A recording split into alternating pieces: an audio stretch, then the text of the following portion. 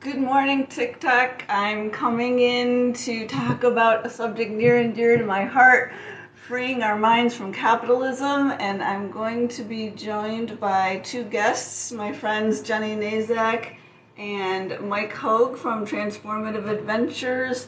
Let's see, I need to find them and get them in here. Let's see, no, invite. Okay, so let's see.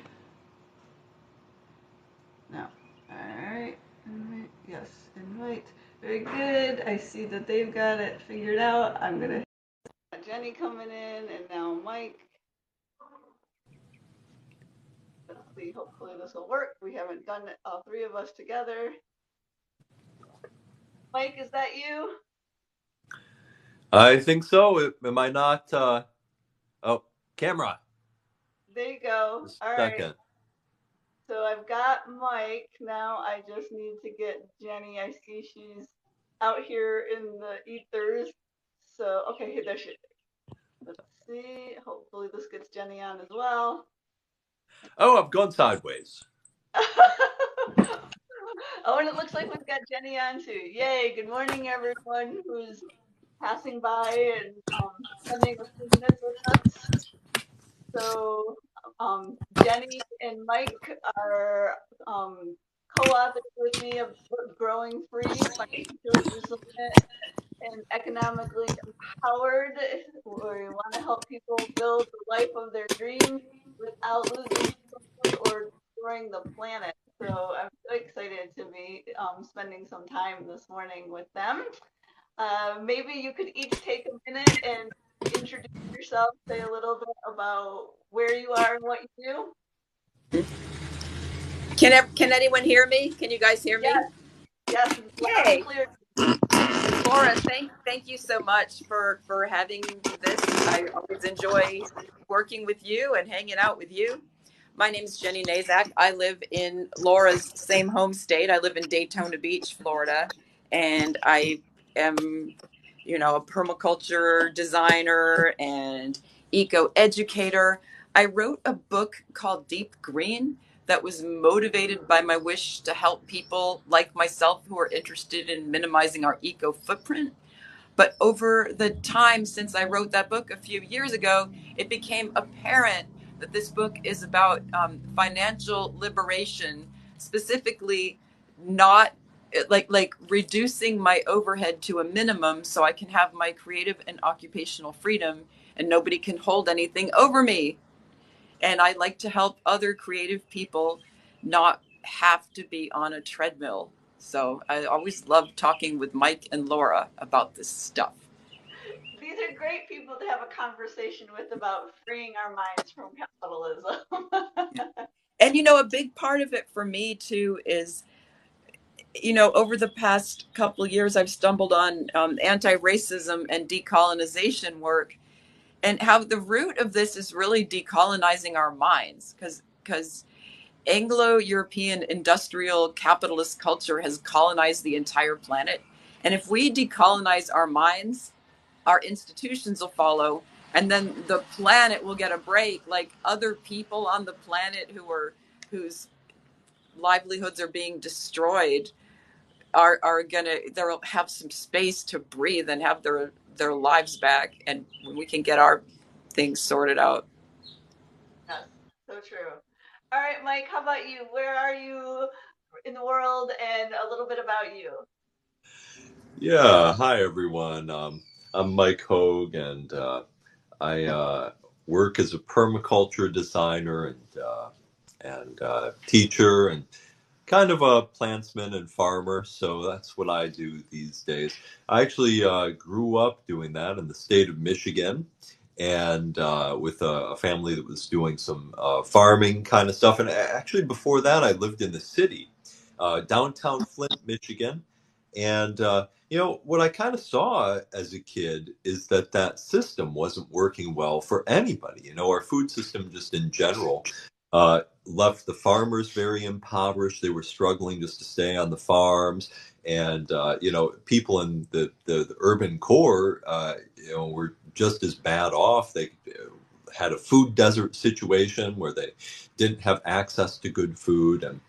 Um, and so it was just really apparent to me as a kid that our systems, like Jenny was just saying, really weren't working for anyone. And as I got older, I worked some as an environmentalist. I worked for the Sierra Club and the State Perks, which is Ralph Nader's organization. I just became convinced that if we really wanted to cause change, we had to deconstruct the systems that are causing all these problems, like Jenny was just saying.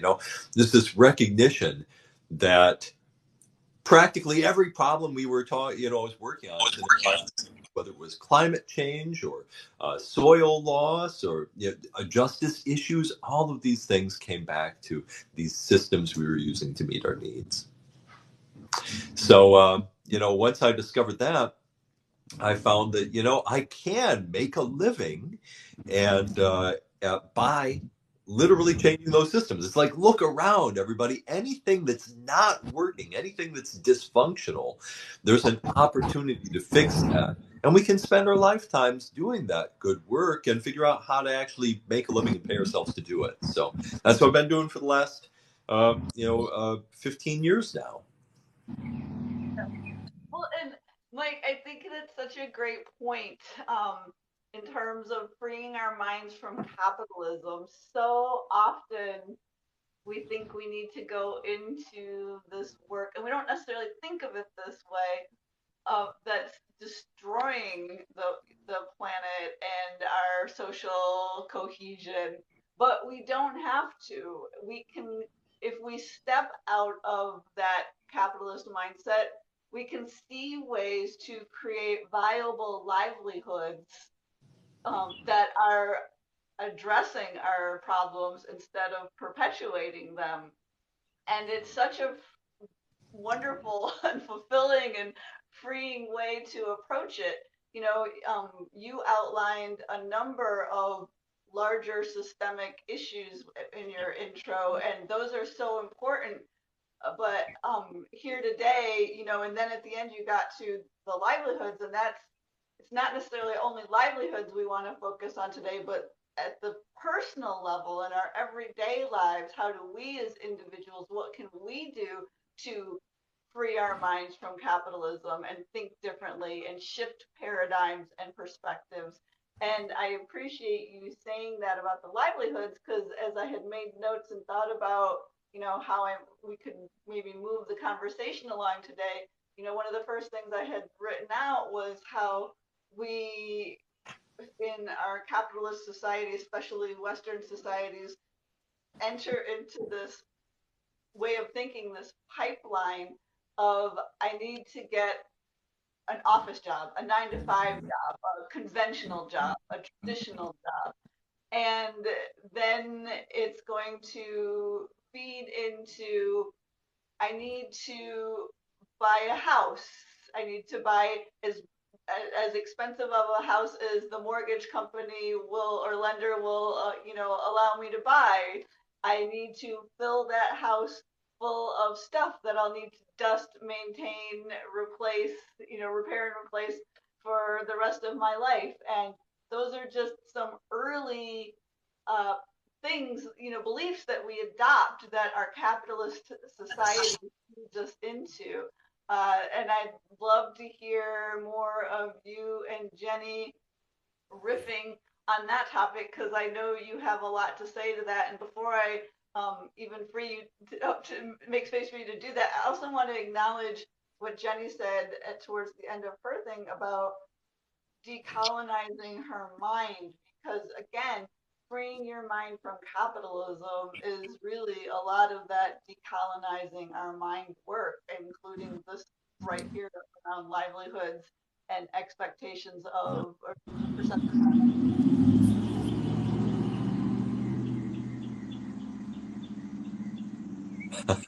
Yeah, I can. I thought maybe Jenny was going to chime in there. Um, it's it's so true. It's like if you look at even Adam Smith in The Wealth of Nations, he one of the things that he really outlined was the history of the corporation as an institution. And it's funny because we now call this modern economy we have capitalism, and it's dominated by massive corporations. And it's kind of ironic that Adam Smith, who we sometimes even consider the inventor of capitalism, although really he was just writing a book of observations of what was happening at the time. But he said that the corporation was really an instrument of warfare. He outlined it as a tool of colonial oppression, and really the whole rise of it was about finding ways to extract resources from colonies uh, in ways that pacified the people and were a little less violent than actually going there like pirates and literally taking it through violence.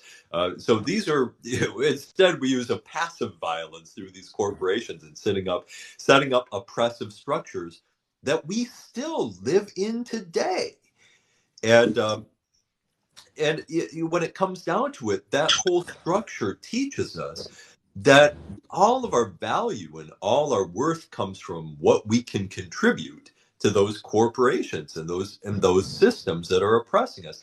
And so when we have needs to meet, Laura, the first thing we think is, well, how do I sign up for somebody to oppress me, to exploit me so I can get a paycheck, or how do I exploit somebody else? Those are our two modes of making a living and meeting our needs in this society, is either being exploited by somebody else or exploiting somebody. That's what we got. Yeah, yeah, Good point. definitely. Yep, yep. On this topic, I tried to make my camera live, but I don't know if it's going to work. Let's see. Um, I was I was on my way to a board that I serve on, which is Beautification Tree Advisory Board of my city, which is that's the whole thing. But landscaping should never just be ornamental. That's a form of oppression. Like we're spending so much money to grow things that are not serving the wildlife or people like at all. And on my way to the meeting on my bicycle, I passed a number of everyday people, probably of very modest means, who were spending gasoline money and their physical labor to edge their grass and make sure it's super short. And I also saw evidence of people purchasing mulch, like dyed mulch, and putting it around the base of oak trees because this, whatever we're going to call it, Anglo-centric, industrial capitalist cultural monster thing has decided that leaves are trash, and so we're going to put those in bags that we buy from the store, and then we're going to send those to landfill, and then we're going to buy mulch that looks like shredded cheddar from Taco Bell and put it around the base of an oak tree that had its leaves taken away from it. And because bugs are bad, we don't tolerate other species. We humans, we must rule in the Anglo-Eurocentric culture. Humans have to rule, and so we're going to kill everybody else, and we're also going to kill non-white humans and just like run over their land. So yeah, great idea, folks. But then wait, we can't live if we kill all the bugs. So some of us are just realizing that. Anytime anybody who's watching this, anytime you doubt that you can make a living in this world doing regenerative, positive work, just remember we have a society that literally pays adult men to carry machines filled with fossil fuels to blow leaves around. Yesterday, it was a windy day here, and we had people out in the springtime in Fort Wayne, Indiana, on a windy day with the leaves swirling around. And the city was paying teams of people to walk up and down the streets with leaf blowers, just like aiming a little extra air at these leaves to push them around for some reason. We pay people for this. We can make a We living do. in this world doing positive things. We And do, but we've yeah, we convinced do. people they need to hire people to blow their leaves for them with fossil fuels. And as Jenny was saying, use mulch we call them in permaculture and landscaping circles, ecological landscaping circles, we call them mulch volcanoes, where they pile up the mulch around the base of the tree. We pay people to do that. It kills trees. It does. We It pay people does. to kill trees. Yeah. People wanting service providers, people are aware of these things more and more. Obviously, it's still not mainstream. It's not the majority of landscaping business, but people are recognizing this and they want to hire people with this knowledge and these skills. And in my area, we have edible landscapers and native landscapers that are knowledgeable about edible plants, permaculture, native plants, ecosystems, and their businesses are thriving. But this isn't only about landscaping and nature-based work. There's so much we can do to shift our thinking around how we earn money. The work we've done together and are continuing to do with our book, growing free and getting people to think about lifestyle design and our finances, for artists, for musicians, for creatives. We can turn things upside down and shake them up and do all of these things differently. Of course, we all love the landscape ones here, but it's not just that.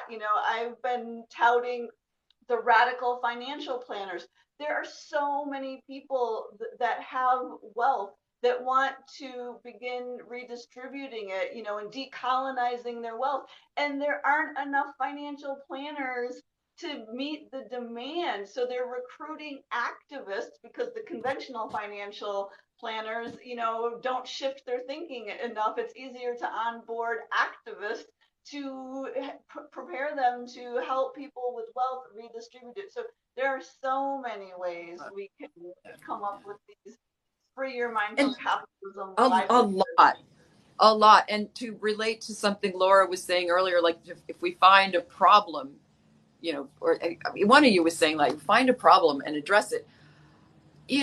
Problems I see are people not being able to afford rent, and at the same time being separated from their families, not wanting to be separated from their families. So some people are finding that some kind of intergenerational household can help with that financially, or some people who don't want to share a house with their families make an intergenerational household composed of kind of an adopted family, or just people who are in the same boat.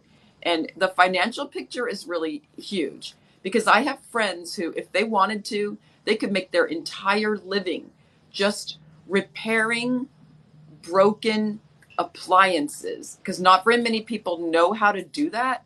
But these people, they just do it in their spare time, but they don't think of it as an occupation. Yeah.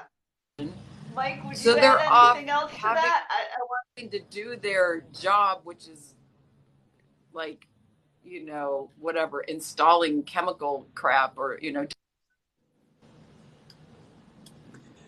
Yeah. you're starting to bring up some. Go ahead, Mike.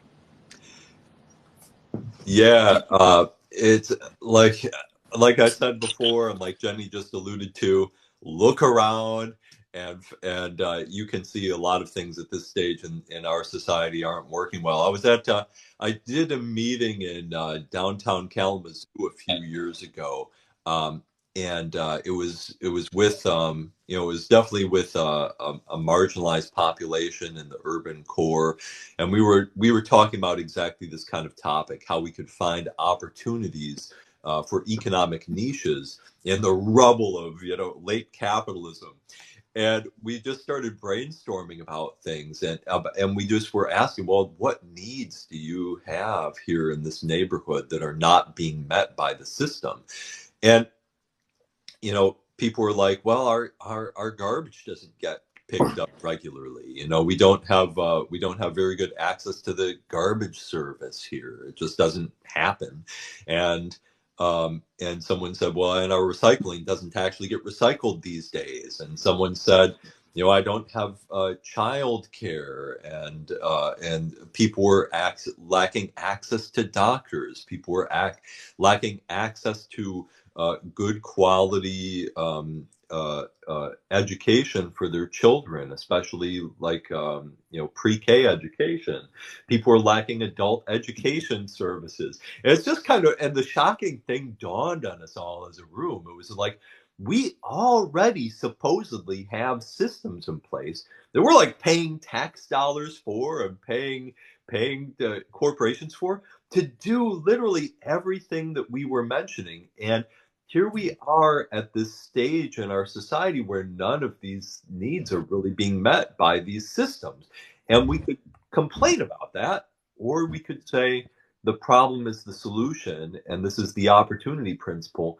And we could see all of these broken, dysfunctional systems, as opportunities to create the new systems that will actually meet people's needs better. It's literally, like Laura was saying, it's not just food, it's literally like everything. Yes. Oh boy. Well, and I love that, Mike. And I think these community conversations are so important. And just, yeah, just again, the shift in thinking. And so related to livelihood, and earning income for me, it kind of morphs into another belief we adopt without questioning so often under capitalism, is that our worth, happiness, and success are determined by how much money we earn.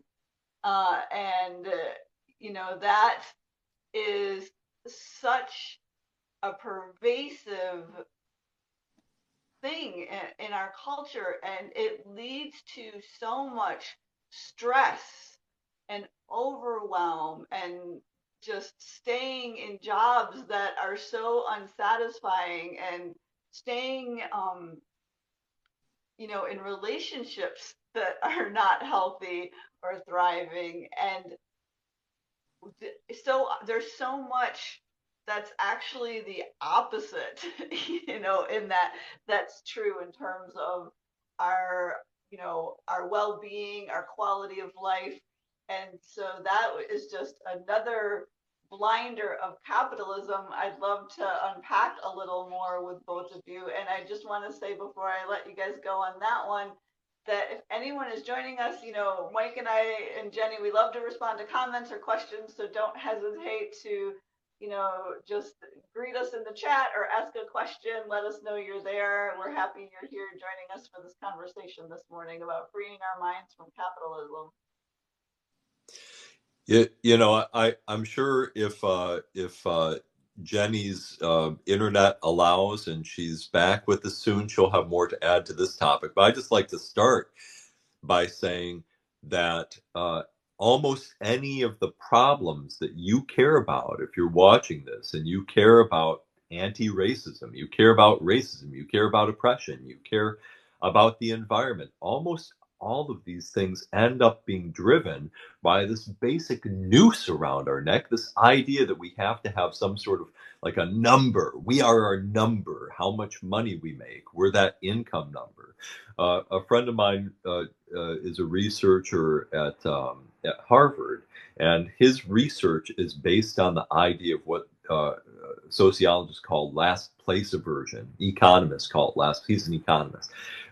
Last place aversion. We have a really strong impulse, desire, and need, basically, to avoid being last on the rung. We might not want to be, even if we don't want to be the richest person in the world, we don't want to be the poorest person in the room. And so that drives us to do all sorts of things that don't serve us and our values. And there's actually a really good amount of research to show that last place aversion drives a lot of racism for white people. And that a lot of the history of racism has been driven by people who were like industrialists, who were our industrial overlords, wanted to divide and conquer. Again, we have that term that comes from corporations and corporate capitalism and colonialism, this divide and conquer strategy. Well, how do you do that? You give a lot of resources to one group of people and you teach them to hate the people without them, and then you have this big group of people in the middle and they're motivated to not be in last place. So a lot of the way that we have tricked white people into hating black people and brown people and everybody else is by teaching them, well, if we have racism, you may be poor and you may be the servant of these ultra wealthy people, but at least you're not in last place. There's somebody lower on that rung. And it keeps us from having solidarity with people who live next door to us because they look different, they have a different skin color, and it's driven by this last place aversion. We got to have that number, we got to have that income number. And if you wanted to dismantle racism and colonialism and systems of oppression, free your mind from this idea that you are your income number. That was so powerful, Mike. I hadn't heard of that concept before of last place aversion. It certainly all makes sense. I would love to have a better understanding of the psychology of all of that. But wow, yeah. And just think how, yeah, that thought that us succumbing to the myth or delusion of capitalism, that our net worth, our income is so important to who we are, our identity, and not being in last place. And then not only is it impacting our quality of lives, our own, because we get stuck in the rat race and in all of these unhealthy beliefs and habits and activities, but it's feeding into a whole system of oppression and colonization. Yeah, I talk a lot with like young men from time to time, and I'm going to focus on young men here for a second because young men end up doing a lot of the jobs that are really destroying the planet. They're the people who end up primarily working for the companies that build bombs and make implements of war and go to war. And I'm not a 100% pacifist. I understand there are times when we need some of those things, but we also have probably too many of them and too much violence in our society and too many people willing to do violence. And a lot of times I think what they're doing is they don't want to be, they're willing to take jobs that don't reflect their values. They'll take jobs for oil companies or weapons manufacturers or companies that are exploiting our data on TikTok. Uh-oh, we might get banned for that one. Who knows? And so and people do those things because they don't want to be failures. They feel like they don't have worth in a capitalist society unless they have that income level, and they're driven by that last place aversion. They don't want to be the poor guy in their family. They don't want to be on the bottom of the rung there. These are really essential human needs, and like I have a lot of compassion for people who do things that are causing destruction and exploitation because they don't want to be seen as failures. Our society steals our personal value, our intrinsic value, our internal wealth from us so that it can sell it back to us and force us to do things that we wouldn't do if we didn't have another choice. Freeing ourselves from this is just to me, one of the most powerful things we can do if we want to build a better world.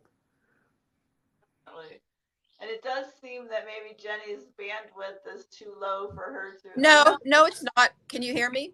Yes. All right, Jenny, let us have it. We know you've got some stuff to add to this conversation. No, I've been here. It's bike week, and there were a lot of motorcycle noise, and then I did get kicked off once, but it is what it is. Yeah, I will say that our society, the capitalist society, does largely pigeonholes men into these kind of like macho roles. And so even coal miners, it's a horribly dangerous occupation, and it is trashing people's own homes, but people get a lot of pat on the back because they're working this hard, demanding, manly occupation. And like in the landscaping industry, irony of ironies, the machinery dominated parts are dominated by men. The ones where you're allowed to girdle a tree with your string trimmer because the grass is so very important. Like these things get defined as important and all the money gets thrown their way. Um, Kind of synchronistically, right before we got on this call, I wrote an email that I circulated privately among a few fellow activists, and it was called Earth Day Grinch. And it was about how cynical I am about being invited yet again to speak for free at an Earth Day event that's not even public. It's a marginalized, it's a kiddie event. It's not even for all kids, it's for a subset of kids. It's like, oh, yay, let's give the kids little seeds in styrofoam cups. Then they'll go home and plant their little seeds. Aren't you glad we're getting the children involved in saving the earth? The children are our future. So I get really cynical and send this shit out, but I vent it. I don't want to put it on social media and poison people's minds or get people to feel too down, but I circulate it among like-minded people. There is no, it's all related. The money that goes toward this or that thing that is not helping and that is actually hurting is not only money, but also cognitive juice withheld from things that need to get done. Eco-social occupations are needed. And it's not just, like Laura said earlier, it's not just landscape, it's also things like repairing bicycles, being able to repair a bicycle. I've seen just in the past few days, I've probably seen seven bicycles that people just threw by the curbside, or like 8 bicycle wheels that were just tossed by the curbside because the skills aren't there to repair them. It's not worth anyone's while to do anything with them. And there's not a coincidence there. Somebody could make an occupation in each neighborhood addressing the basic needs of each neighborhood, but we're not taught to think like that. We're taught you have to go get a job because, and there are certain expenses that are expensive, like keeping a roof over our heads is really expensive, especially if we're trying to do it alone.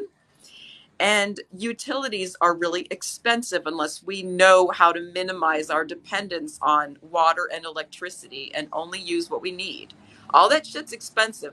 School debt is really expensive, and they hoodwink people into thinking you need to go to college. And I am not going to shame anyone who got themselves into a lot of school debt. It's mostly not the young people's fault. The parents have some responsibility for getting their kids into that stupid pipeline. We should have known, but the boomer parents should have known better. I am sorry, speaking as a boomer parents, come on. But whatever. Yeah.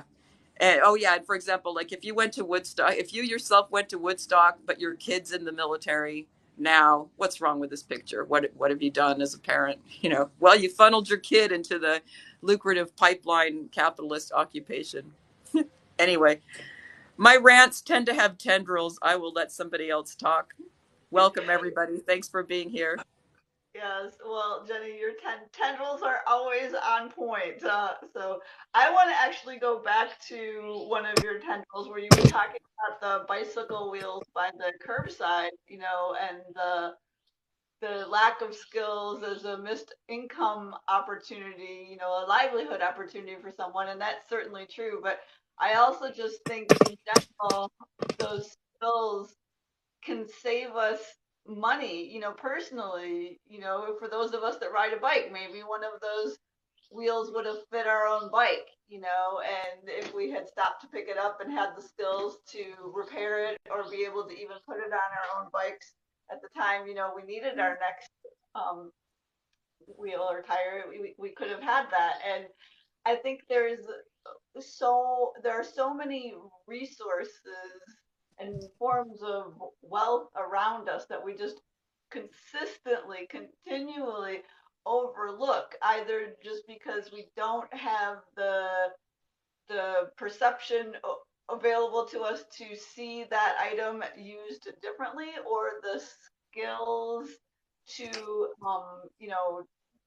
use it, like the to repair it, like the bicycle tire, or even if it were a tire that were in good shape and you found it, if you didn't know how to put it on your own bike, if you had to pay someone to put it on, it wouldn't be as free as just finding it. And so this whole idea of I need to spend money to meet my needs, thus I need this job that is lowering my quality of life and the quality of life of other people and creatures,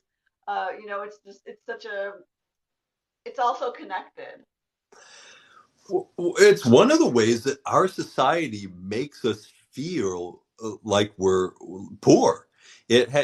Capitalism requires scarcity, right? It requires us to think that there's just not enough out there to meet our needs, and we have to scramble and work and stay out of last place, like we were just talking about, last place aversion, and we've got to, scramble to get our needs met, and we can't just relax because then we won't have enough of it, whatever it is. And uh and so when we feel that way, then it teaches us the only way to meet our needs is through money, because that's how it makes us feel there's a scarcity, right? But Totally. something that you say in our book, Growing Free, right here, Laura, something that Laura says in one of her parts of her book is that it's one of the, money is our least creative and least life enhancing form of capital. It's the least uh, creative and fulfilling way we can meet our needs. Like when you think about meeting a need like childcare, if you need childcare, and you're focused on it, the only way to get that is to exploit somebody, right? Hire somebody for it, and do it with money. All you've created in that situation is a one-off transaction. You've reduced that to an economic transaction. But if you find a different form of capital, you have something that you have, like material capital, like bike tires and the ability to repair bikes, or plant capital and the ability to help people create a new landscape for themselves, or maybe guitar lessons, maybe your informational, your experiential capital of being able to teach guitar to someone. And instead, you find someone in your community or your social network or your friend group that would like to learn guitar or have their bike repaired. And you are creating a longer term relationship, right? You're creating something that's more than just a transaction. You're creating this relationship based on vitality and needs, where you're helping someone learn guitar, something that they want in their life, and they're helping you get childcare, and it becomes a longer lasting real relationship instead of just a financial transaction. Instead of just reducing things to money and income and exploitation, which destroys our connections, we're building and growing new connections to nature and our community when we solve these problems in more creative ways. It can take a little more energy and a little more time to do it, but it frees us from money and frees us from that need to work quite so hard and that feeling of scarcity, and it makes us feel truly wealthy, because we understand then each time we solve a problem without money, we build this feeling of wealth within ourselves And and power. resourcefulness and power. and Exactly. and like, reduce vulnerability. I also want to give a shout out. Thank you, Joey. Thanks, Joey, for joining and for boosting our live. We really appreciate you. I always appreciate you and your posts. Thank you. Yes, Joey, at some point I think we need to go live with you as well if you'd like. I'd love to have a TikTok live discussion with you if you're game. Yeah, Jenny, do you want to say anything else on that one? Because you're good at that too, just thinking differently about wealth and resources. I want to emphasize the power aspect, as in reclaiming our kind of like self-determinism and autonomy and not being so fragile. Like, I hate it before a hurricane when people who make $16,000 a year have to, run out and buy a bunch of bottled water and plywood. I also hate it when people who make $16,000 a year have to have a car and have a car alone by themselves, as opposed to being able to share the cost with anybody. Like, there is vulnerability. Our society has created the very individualistic, isolationist vulnerability. It's considered cool and a sign of a success to live by oneself and have all of this stuff in our houses. Like each person has to have their own lawnmower and like, and it's funny, back to Earth Day again, because I'm the Earth Day Grinch now. People will listen to some envirotainment one day a year. Oh, I listened to a talk on rainwater collection. And like next year, well, how's your rainwater collection going? Oh, I haven't really gotten around to it yet. I'm like, all right, profanity alert. Stick a fucking tub under your roof line. For fuck's sake, collect some fucking rainwater. There is a hurricane coming. We're going to get 19 inches of high quality water from the sky. Anyway, I'm in rant mode today. You got the vinegar, Jenny, today. but the bigger truth of all this is we can all be so much less brittle.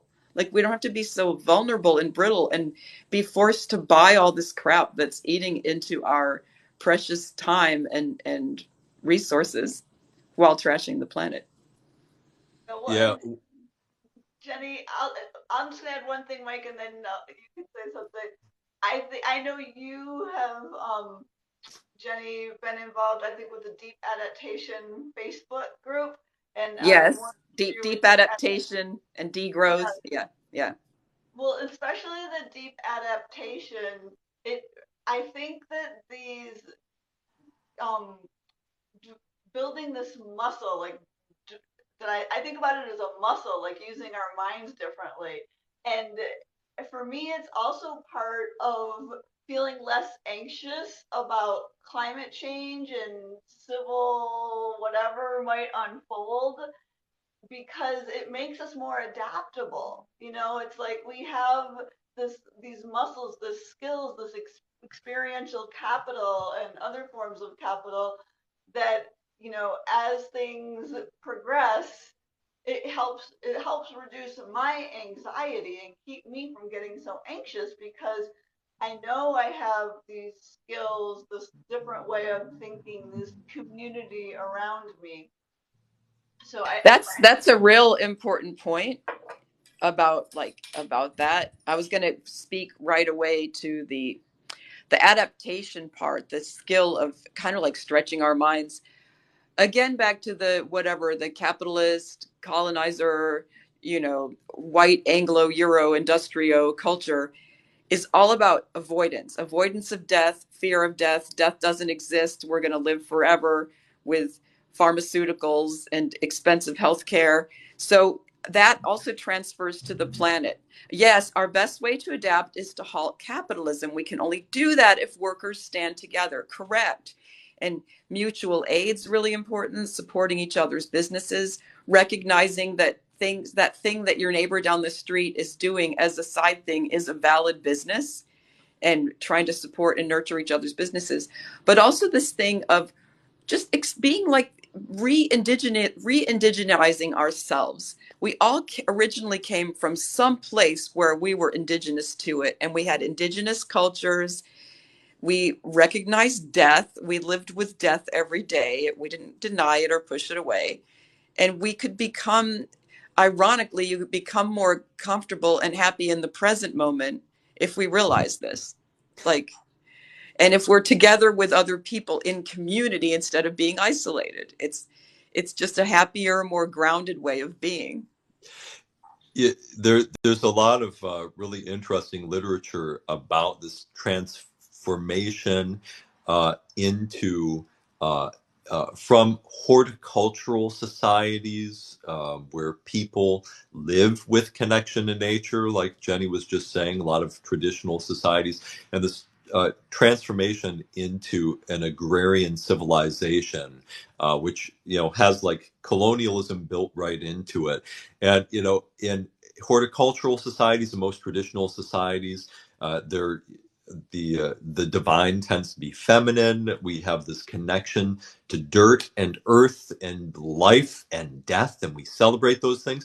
And then, a more colonial kind of perspective, an agrarian civilization perspective, takes the sacredness out of the soil and out of our bodies and out of the feminine, and it places them up there in the sky someplace where they're untouched by any of this earthly dirt or anything like that. And you're right. It teaches us that we're not supposed to have connection. We're supposed to be up there and be ethereal, like the sun and the sky, and not connected to anything that's hurtful or uncomfortable ever.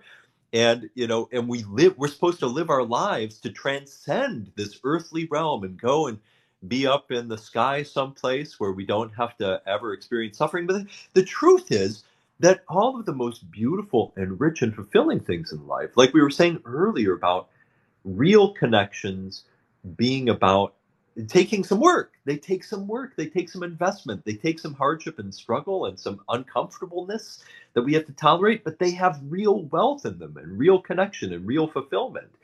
And this is the whole thing with a capitalist perspective. It eliminates all of our wealth down to a financial transaction, something very abstract and intellectual, instead of settling down here in the real world with each other and developing relationships and sitting with that uncomfortable thing of, you know what, it's true. It's being in connection to community and being in community and having people.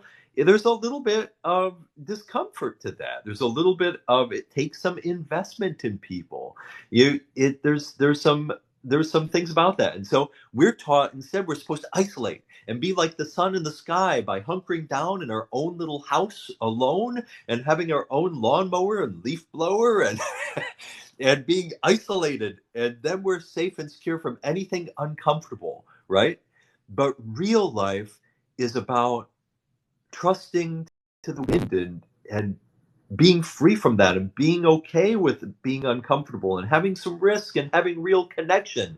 And this society steals away all of that from us to teach us to live isolated in our homes. And that's what we need to deconstruct if we want to reclaim what real life is about.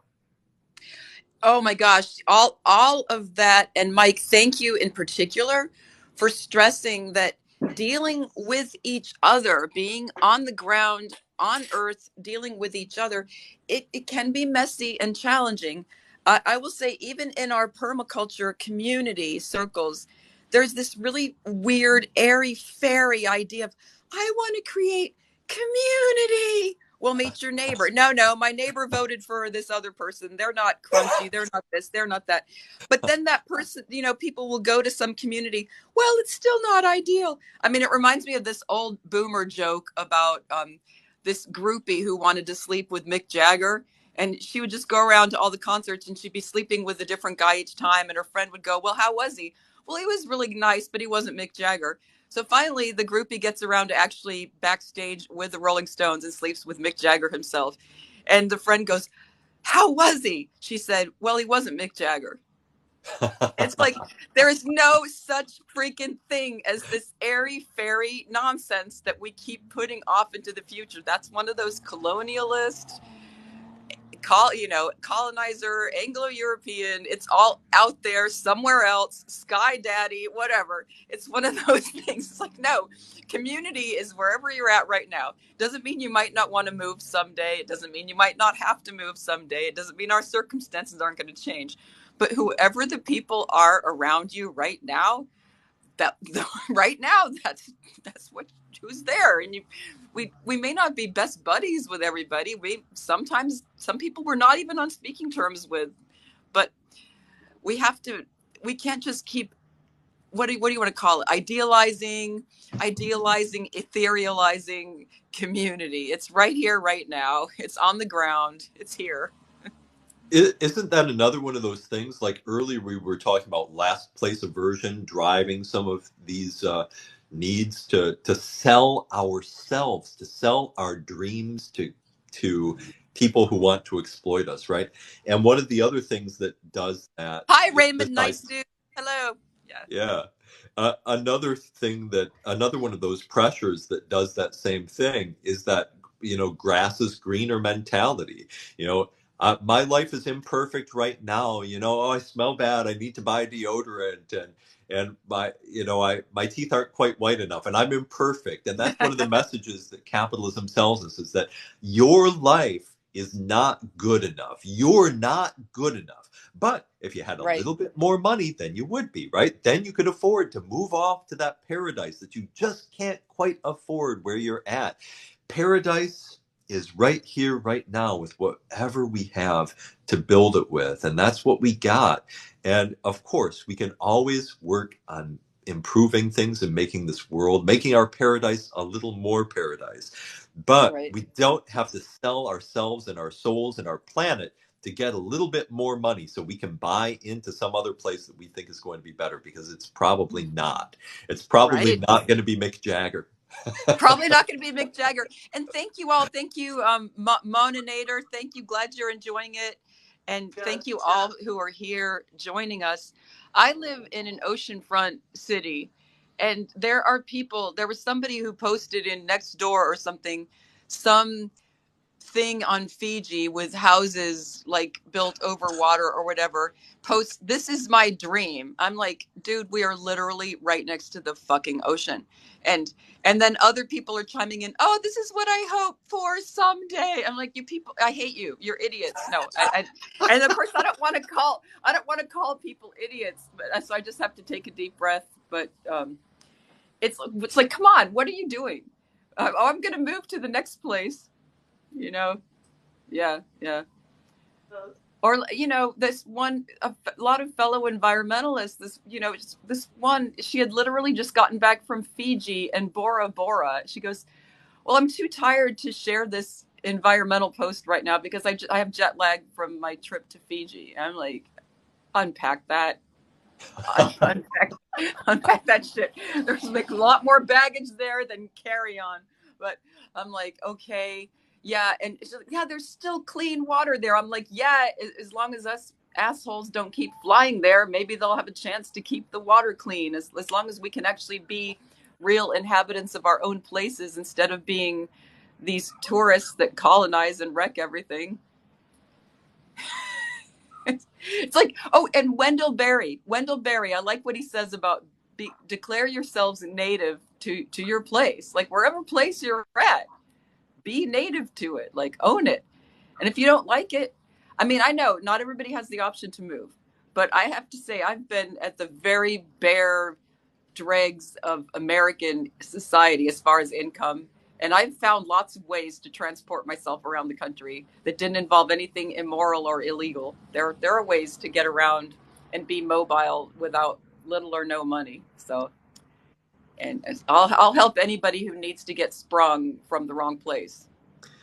Jenny, isn't that like it's one of those messages that American society tells us in particular. We're supposed to, keep our heads down in our safe boxes and work our job so that, a couple, 2 weeks a year, we can finally live. We can go off to some other place that still has clean water and intact ecosystems, and they still, we celebrate places because they have vibrant communities and they have like Well, and they have festivals and people out. farm. Yeah, Right, and people are like native. making art together in the streets and stuff like that. And we go there and we see these places and it's like, wow, beautiful nature and culture and all of this stuff. And then when it's time to come back home, we like cry because all that's waiting for us there is this job we hate and this life that's boring that we're trying to escape from. What if instead we took our time and our money and our energy here on this planet and invested it in making this place right here and now our paradise, so that when it was time to come home, we didn't cry, we wept tears of joy because our homes are so beautiful and abundant, and our people around us and our community are so beloved to us, and our lives are so rich and wealthy. And if we get that right, we don't have to twist people's arms to be environmentalists one day a year. If we get that right, people will line up for this better way of living like it's the new iPhone.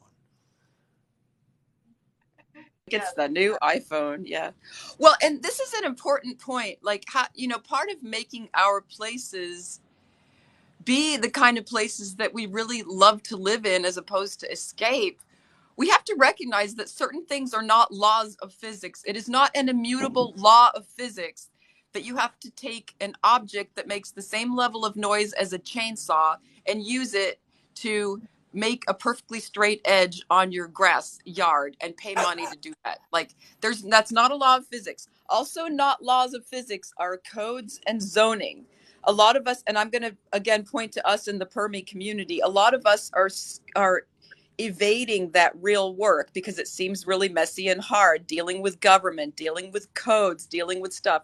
I have to be honest, as an anarchist, I never expected to go anywhere near any government, as far away as I could be.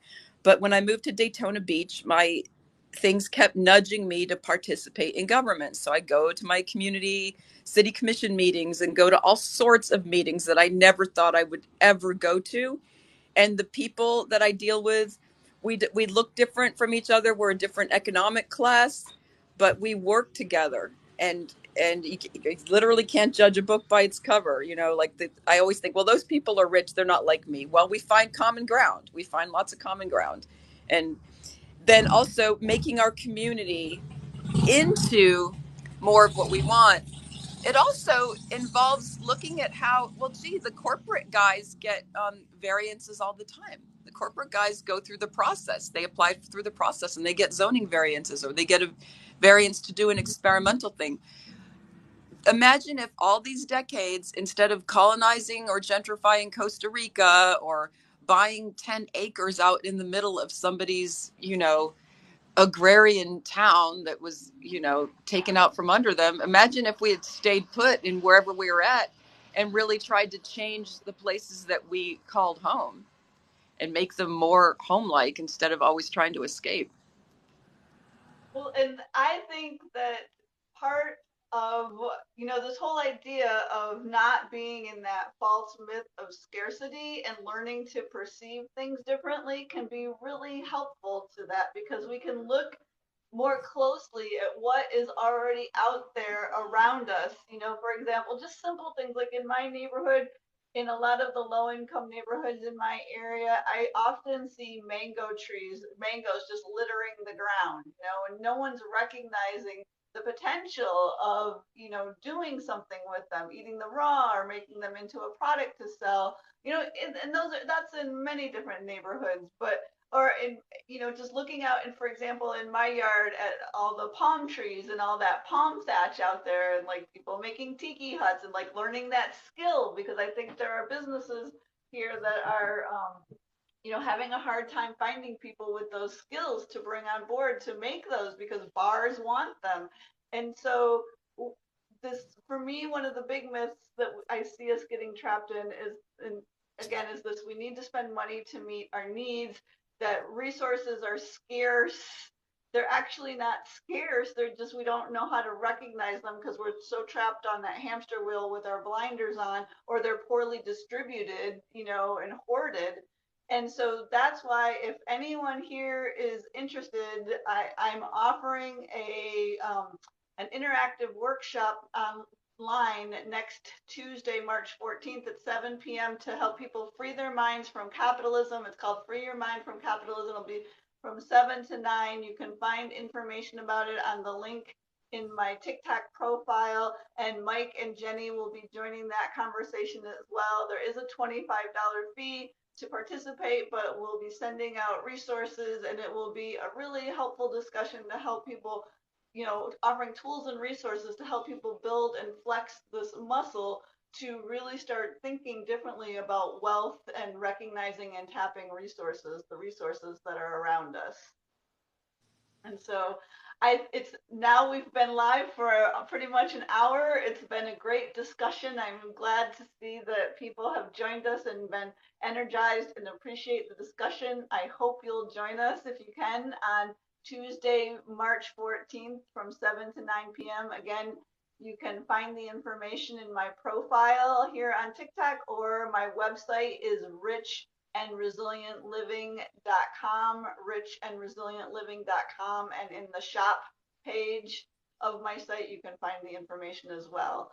Mike and Jenny, I'm going to give you a minute or two to say a couple last things, and then we'll close this out. All right. Well, I'll go. I'll say thank you all so much for listening, and do feel free to follow us each on our TikToks. We try to maintain, provide support and resources, because we realize that a lot of people are in the same boat, and we want everyone to be able to, to really get to be who you really are, and follow your inner North Star and all that.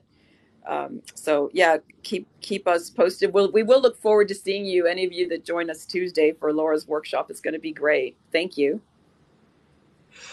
And I will just, follow this whole discussion with about building that paradise planet right where we're at, right in our own lives, right in our own communities. It's the work that we have to do. It's the work of our day and our generation. I'm convinced of that. It's like I always say, we need this Green New Deal that politicians keep talking about, only we can't wait for politicians and thought leaders and industrialists to give it to us. We have to build it ourselves, us together. We have to figure out how to do this and do this work and to pay ourselves to do it. We need a DIY Green New Deal, and that's the work that we have to do. So I hope you're looking out there and you have that vision. We've got the world that we see around us that isn't working, and we know what kind of world we want to live in, and we know what it could be like. Let's get busy making it. Yay, what a great way to end. Thank you, Jenny and Mike and everyone that's out there. Yes, please do follow Jenny and Mike and me if you don't already. We post all kinds of content on this and so much more. But we appreciate all of you and hope you have a great day. I'm going to end this. Yeah. Take care. Thank you all Bye, so everybody. much. Bye, everybody. Okay, because the guy's here. Go ahead and start barking.